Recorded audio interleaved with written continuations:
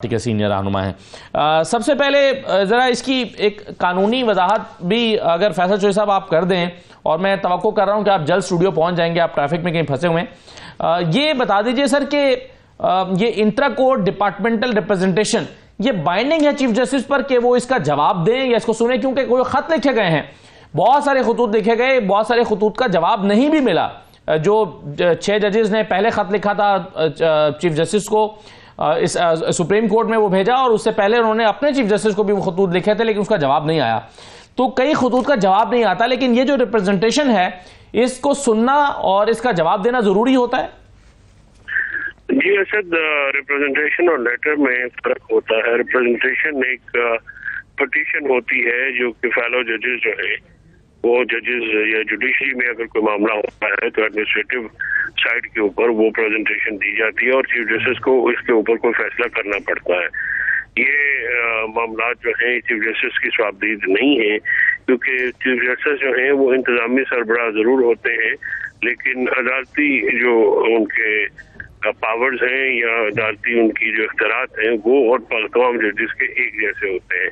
लिहाजा जुडिशली किसी को प्रेसिडेंट हासिल नहीं होती है, प्रेसिडेंस नहीं होती है एक जज को दूसरे के ऊपर, लेकिन क्योंकि चीफ जस्टिस जो है वो सीनियर अमंग्स पीयर्स होते हैं, लिहाजा उनको जो है वो इस तरह से कंसीडर किया जाता है कि चीफ जस्टिस को इंतजामी सरबराह जो है वो किया जाता है। तो फैसल साहब, आप समझते हैं कि 5 जजेस का जो मौक़िफ़ है कि जब ट्रांसफर होकर आएंगे जजेस तो उनका नया हल्फ लेना जरूरी होगा, ये आप इससे इत्तेफाक करते हैं? देखिए, एक नया क्वेश्चन है, इसमें आइन खामोश है। आइन में कुछ इस किस्म की जो नई सूरत हाल है, क्योंकि एक इस्लामाबाद हाईकोर्ट बाद में बनी है। इस्लामाबाद हाईकोर्ट में जब आप 15वें नंबर पे एक सीनियरिटी से उठा के जज लाते हैं किसी दूसरे हाईकोर्ट से, और फिर उससे ये होता है कि जो ऑलरेडी सीनियरिटी लिस्ट है आप उसको इंक्लूड करते हैं, तो ये तो बहुत ही काबिल एतराज बात है।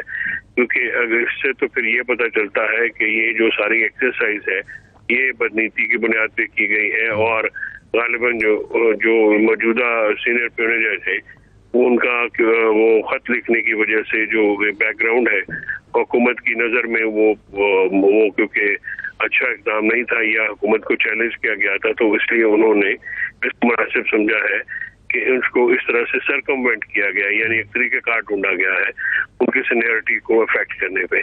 तो ये बात जो है ये तो अब चीफ जस्टिस पाकिस्तान ने भी ये बात की है कि सीनियरिटी का प्रिंसिपल वो उनको तय करना पड़ेगा।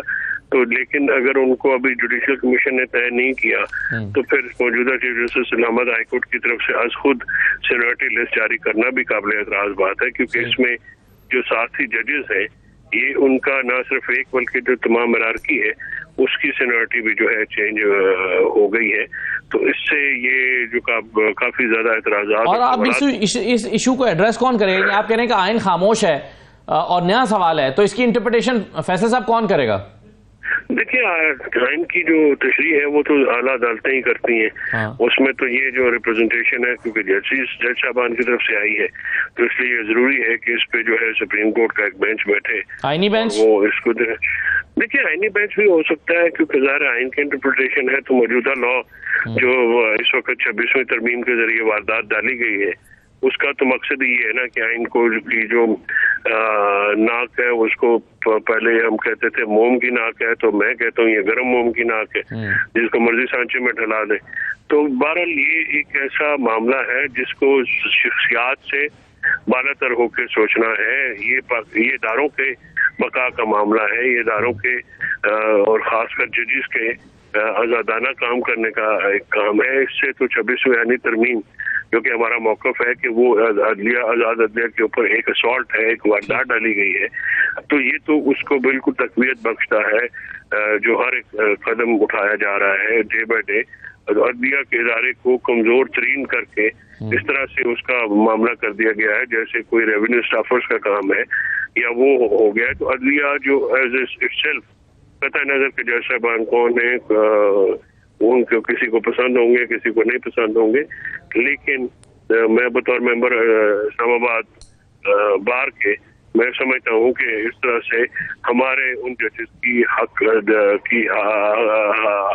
तलफी हो रही है, जो कि सीनियरिटी में होते हैं, और ये बात अगर जज की हक तलफी होगी तो फिर वो इदारा आम लोगों के जो एतमाद है वो तो मजरू होगा। बिल्कुल सही है। कहा था कि आप राब्ते में रह सकते हैं, वो कहते हैं मैं 99% चीजें ब्लैक एंड व्हाइट में ले आया हूं, और इसके बाद जो है वो जाहिर है 1% रह जाता है काम।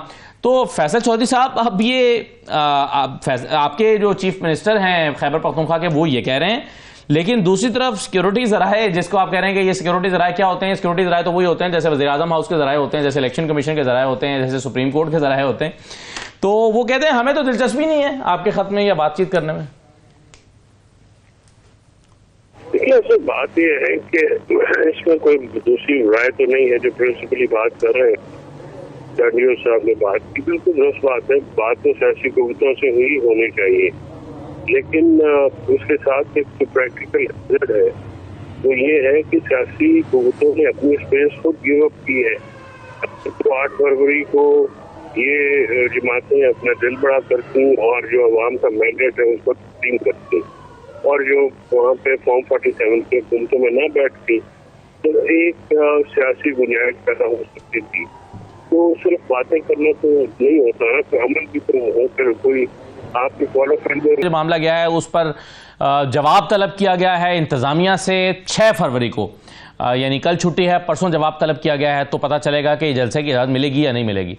लेकिन इससे जो पिछला एहतजाज हुआ था जिसमें बुशरा बीबी ने जो है वो लीड किया था अली अमीन गंडापुर साहब के साथ, उस पर तो अली अमीन गंडापुर ये कहते हैं कि अगर बुशरा बीबी ना आती तो फिर ज्यादा बेहतर एहतजाज हो सकता था, उनकी वजह से हमें रिस्ट्रिक्ट होना पड़ा।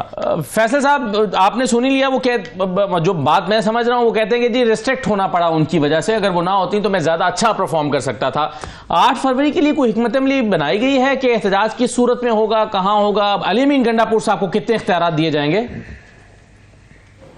ये एहतजाज होगा 8 फरवरी को। उसका जो भी लायमन है वो पार्टी के ऑफिसर जो है ऑफिस बेरर्स वो सामने रखेंगे। हम एक पुरअमन एहतजाज करेंगे। हम इसको ब्लैक डे समझते हैं जिसने कौम का मैंडेट चोरी हुआ, फॉर्म 47 की हुकूमतें कायम की गई और तहरीक इंसाफ जो कि अवाम की सबसे ज्यादा वोट हासिल करने वाली पार्टी थी उसको इक़्तिदार से साजिश के जरिए महरूम किया गया, और हम इसके खिलाफ जो है अपना एहतजाज बिल्कुल रिकॉर्ड कराएंगे। सर, अगर इजाजत नहीं मिलती फैसल साहब फिर क्या होगा?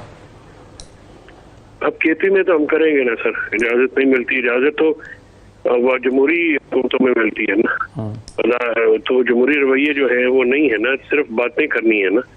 सियासी जमातें हैं, सियासी हुकूमतें हैं, एहतजाज की इजाजत उन्होंने देनी नहीं है। एक जन भर्ती हुए हैं आजकल जो कि ना पीपल्स पार्टी के ना नून के, लेकिन हैं इन सबसे तगड़े।